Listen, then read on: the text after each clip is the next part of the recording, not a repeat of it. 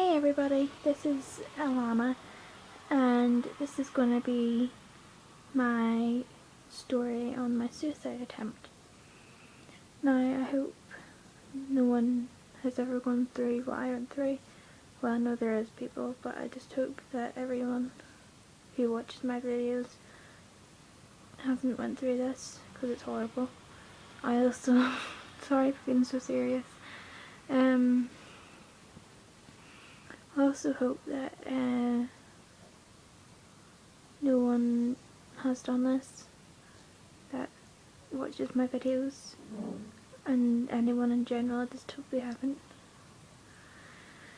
I'll tell you a wee bit of the story of my suicide attempt, and then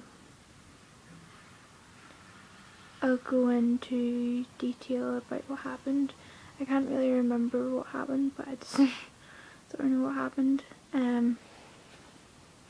First things first, I woke up that morning and I was hearing voices and things like that there, and it wasn't good. It was probably really bad. And I was in a mental health hospital before this time, and they didn't really tell me what to do when it gets this bad. And it was really, really bad. It was probably the worst I've ever had. So I just tried to get on with things, but it was difficult. Just had this voice in the back of my head going, "Go on, kill yourself, kill yourself. No one wants you around." And once you start hearing that for a very long time, you start to believe it.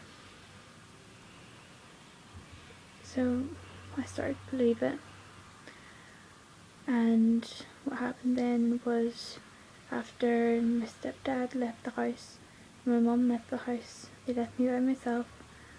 It's not their fault, they thought I was fine. They took a little paracetamol, and I was in my room and I tried to go to sleep. I don't know, I seen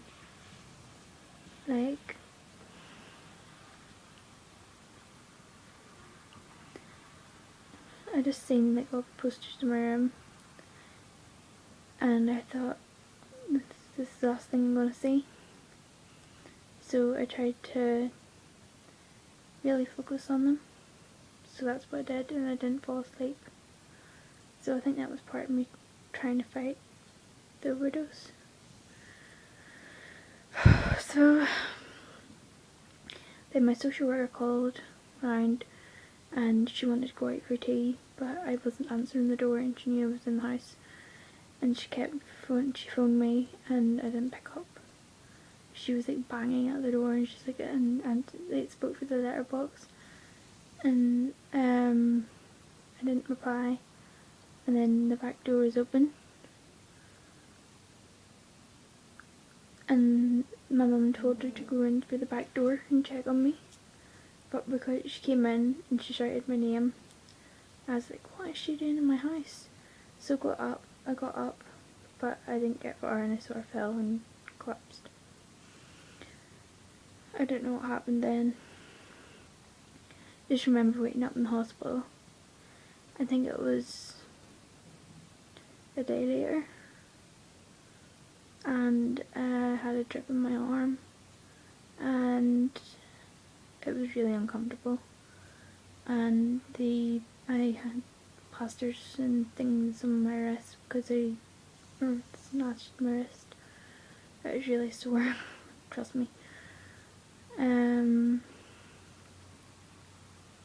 So then CAMS came in, they started to talk to me, and they said, was I safe and things like that there, and I lied. I was like, yeah, sure I am, and things like that there, because I didn't want to go back in the hospital.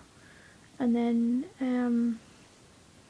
I just broke down in tears because the voices were still there, and they asked me what was wrong, and I said the voices were there, and they said, what are the voices saying? And I just came out of it, saying that they were telling me to kill myself and to jump off a bridge, to hang myself, and do this, do that, do this, do that. And they knew that I couldn't cope. So they put me into a hospital called Beechcroft Adolescent Ward Unit thing. So that's where I went. And first I wasn't scared, but the ambulance had to take me up. This was a few days later. This was about 4 days later. So I was in hospital for 4 days, and I was like being sick and vomiting and all because of the paracetamol. And it was still in my system. I think that's what happens.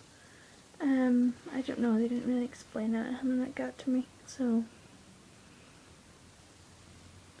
that's just what happened.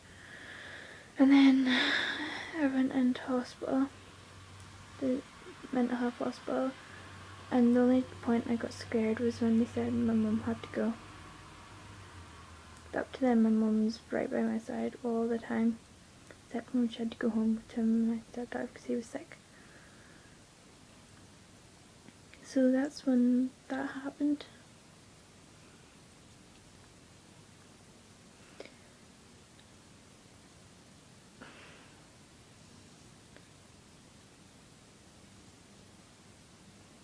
I don't know why I'm like, it's just easier to talk to you guys than it is to anyone else. I don't know, maybe because I don't know you personally, but I would like to. I'd like to get to know you. Like I say, there's in each video I have details of my Facebook Kick and Skype, and that's it. That's all I have at the moment, but if you want to talk to me, you can talk to me on there, and I won't mind at all. I like to get to know the people that watches my videos. Yeah.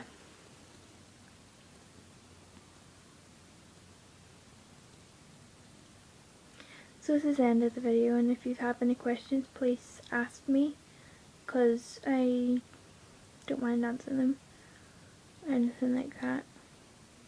I'm going to do a voices video soon, so you know what type of voices I get, things I got there. So I'll keep up to date and tell you how things in my life are going, and probably do a few hair tutorials and things like that there just to pass the time, but yeah, it's all good at the moment. Hopefully it stays that way. So I go now. Bye.